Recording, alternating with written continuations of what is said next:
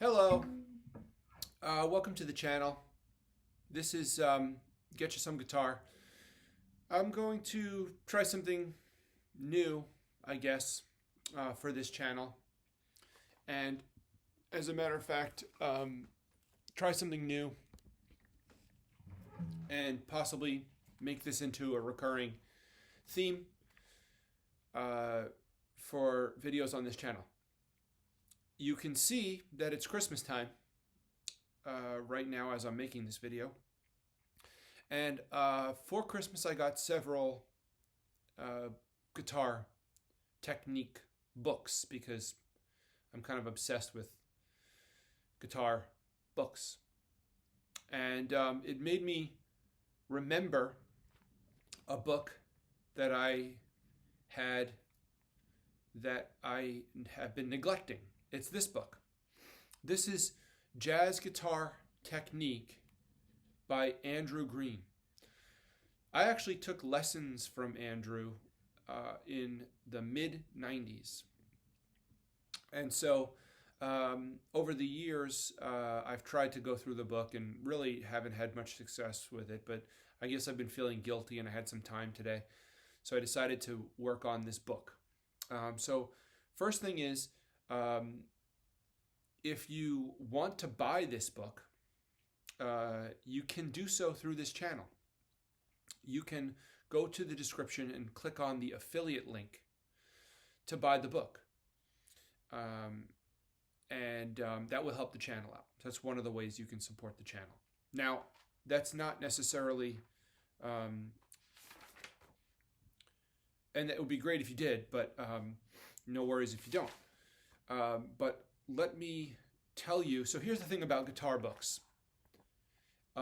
Unless someone plays the examples for you, you have no idea what it sounds like. So you have to buy it sight unseen. Now this particular book is not that expensive. I don't know, there's no price. I have to assume that it's somewhere in the between $10 and $20 range. Although I bought this so long ago, I can't recall. I should look it up, but you know, just click on it. Prices change anyway. But the links are, you know, forever. So, Jazz Guitar Technique. So what I'm going to do, and this is probably going to be part of a series, is first thing is, what's in this book? First thing is, I'll just read you the contents. There's the introduction has some notes about how to use the book and practice suggestions, and then a discussion about fingering. Now, fingering on the guitar is actually one of the main. It's one of the main. It's the main technique. You know, besides picking, there's fingering, right? So, there are certain elements of picking that and fingering that are challenging on guitar. Andy, the author, calls out one in particular. It's when you're fretting notes on adjacent strings, but at the same fret. This is a challenge for the picking hand because you have to change positions when you're picking.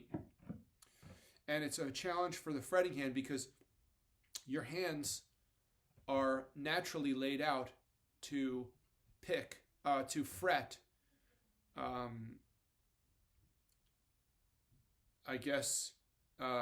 in adjacent frets rather than adjacent strings. So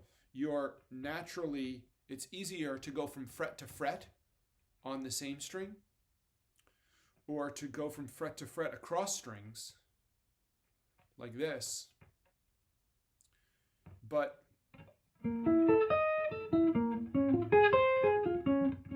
to go on the same fret presents a technical challenge. So Andy rightfully highlights this as one of the chief technical challenges of guitar. And actually, in his discussion of fingering, he presents a very small jazz phrase that goes over a 1-6-2-5 in B flat. So it goes. I'm sorry.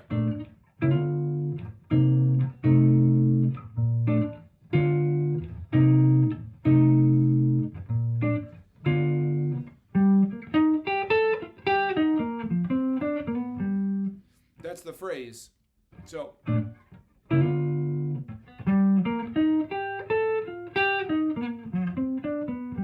And you can see that the way he suggests to pick it is this one goes with the pinky, but then you're walking your fingers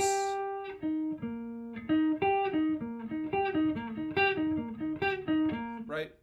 Just this is the way he does it. Some people roll their fingers, and there's technical challenges to both. And I honestly, he says that his position, his opinion is that using the alternating finger, using different fingers when you're fretting like this is the superior way to do it. I don't necessarily agree, to be frank, but this is something that he taught me 20 plus years ago, at the time of recording this. And it stuck with me. So I'm not able to roll my fingers very well. As a result, my sweep picking is not the best. And incidentally, that's one of the books that I got for Christmas. So anyway, so it starts with some stuff about like a little essay that he wrote about improvisation, which is cool. And then it starts with a suggestion on how to use the book, how to practice, how long to practice, to use a metronome, how to warm up slowly, all this stuff, right? This is typical jazz technique stuff. And then chapter 1 is about learning the neck, and he highlights additional challenges with guitar, chiefly that guitar is a funny instrument where you can play the exact same phrase, melodic phrase, in many different positions and with many different fingerings. And the first example he gives is not very musical, so I'm just going to demonstrate it, but it's this phrase. Okay? And he points out that, and he writes a little etude that has 8 fingerings. Now this is something I've practiced, so I'm just going to show you that this is C, D, E, G. You can play it here.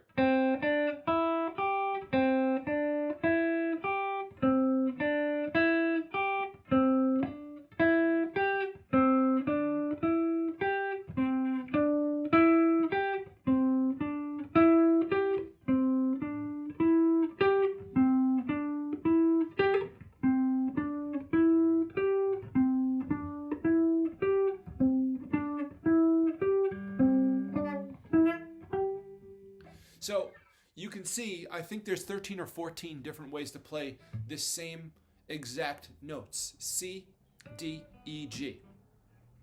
And so he highlights this as a challenge, and he writes this little etude for it. And this is something you can practice. You can practice that one. You can change it into a minor. You could do that with all your arpeggios. So it's in some respects, this first example number 1 in chapter 1, which is called, once again, it's called Basics, Learning the Neck. This is like peeking through the keyhole of guitar technique. My personal opinion is that practicing this phrase like this, I'm unsure of the value of practicing that particular phrase, although it is a fairly popular phrase in jazz. It's the John Coltrane, major arpeggio that he uses all over giant steps. Okay.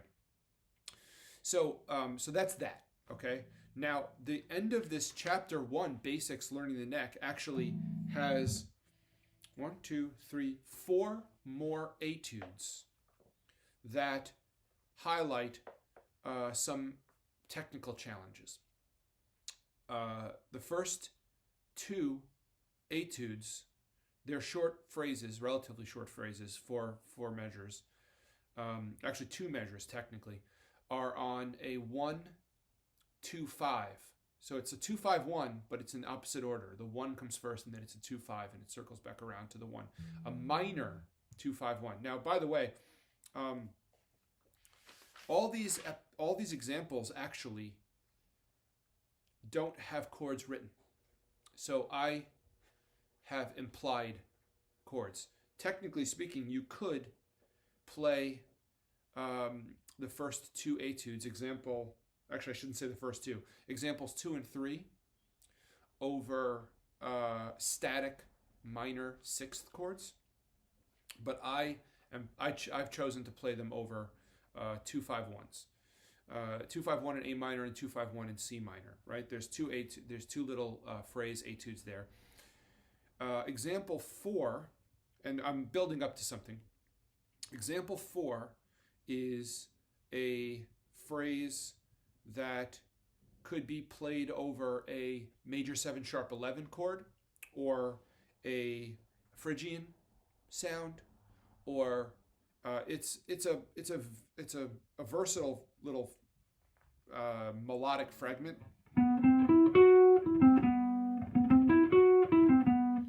So that's the phrase, and the first 2 etudes on this page, examples 2 and 3, are, like I said, minor 2, 5s, and the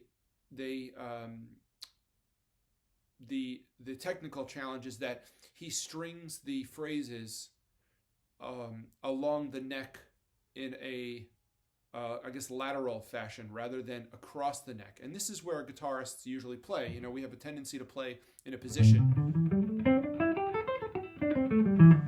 rather than playing across the neck, like, right? So Andy is right in that he's correct to highlight this challenge and write these etudes to deal with it. So the first 2 phrases are the minor 2, 5, and they're purposely fingered so that they go across the neck, and they're in 2 different keys. So you at least get the benefit of having 2 keys. And then example 4 is this one melodic fragment phrase, but he plays it in 4 positions. And then example 5 is, example 5 is a hemiola. It's an B flat minor arpeggio through several positions in a hemiola fashion. Hemiola is when you play a rhythm that is counter to the underlying rhythm of the song.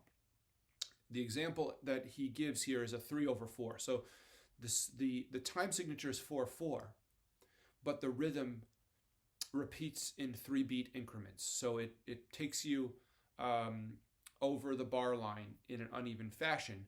But while doing that, it also plays a B minor arpeggio in 1 octave. But he gets through. He takes that 1 arpeggio across the neck. So you're playing the exact same arpeggio across the neck. So here's what I did. So what value am I bringing to you today? I'm going to play these examples for you so that you can hear them. And then I guess the idea is that if you think they sound good, then you might buy the book, and you might infer that the rest of the book sounds good. There's quite a lot of music in this book, and I intend to get through all of it, but I think it's going to take a while.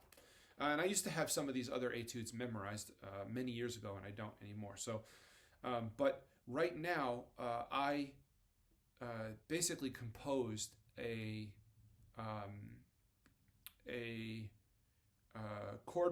series of chord progressions, or a song form, that fits all these etudes. And I'm going to play these etudes. So, and if you want to have the book, if you have the book, I've taken some liberties with the rhythm, by the way. But if you have the book and you want to follow along, this is Chapter 1, Basics, Learning the Neck, page 11. And this is just the examples 2, 3, 4, and 5 strung together over an iReal Pro. Can't talk. I'm under the weather, so I can not really functioning hardly at all, but let's see if I don't screw this up. iReal Pro backing track. Do I have power? Yes, I do. 90 BPM, and I'll just play it, a few times, I guess. I may need a couple of times through to get my bearings. I'm not sure. And once again, if you want to buy the book, if you think this all sounds good and you want to learn any of this, and you want to support the channel, please go into the description and find the affiliate link and buy the book that way. Thanks.